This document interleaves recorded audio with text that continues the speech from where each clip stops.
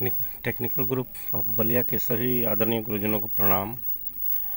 और सर, आज मेरे पास एक सैमसंग का अल्ट्रा स्लिम आया हुआ था और सेट बंद कंडीशन में था। जब मैंने इसको टेस्टिंग करना शुरू किया तो देखा कि जो 110 का लाइन है वहाँ पर 166 वोल्ट मुझको मिल रहे थे, और जब मैं उसका सप्लाई लोड से खोल करके बल्ब लगा कर देख रहा था तो ये 120 से कई आ ही रहे थे। तो उस हिसाब से पावर सप्लाई ठीक था मेरा।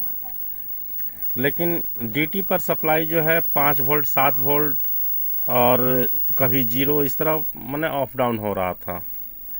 मैं काफ़ी परेशान था और इस कार्य में मैं आदरणीय श्री राम प्रकाश सर ने बहुत ही ज़्यादा मेहनत की और मैंने मेरी सहायता की और लगभग काफ़ी समय तक मुझको गाइड किए और ये मेरा सेट कंप्लीट हुआ। तो यहाँ का आउटपुट उन्होंने चेंज करने को कहा मुझको और वो आउटपुट मैंने चेंज किया।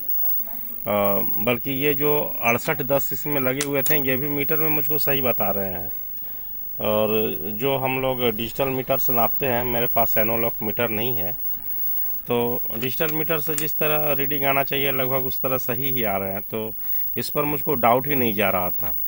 चूँकि इसको सर जी के गाइड करने के अनुसार मैंने इसको चेंज किया तो देखा कि मेरा एसटी बनने लगा, लेकिन पूरी तरह से नहीं बन रहा था।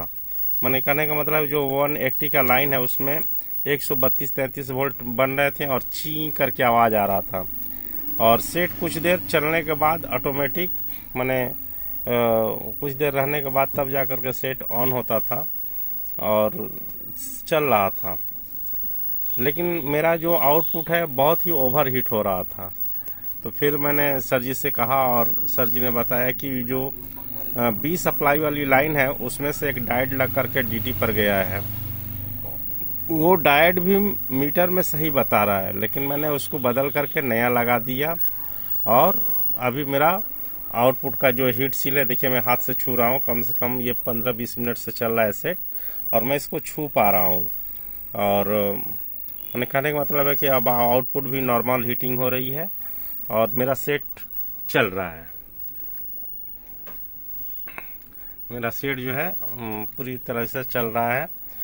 तो बहुत बहुत धन्यवाद आदरणीय श्री राम प्रकाश सर।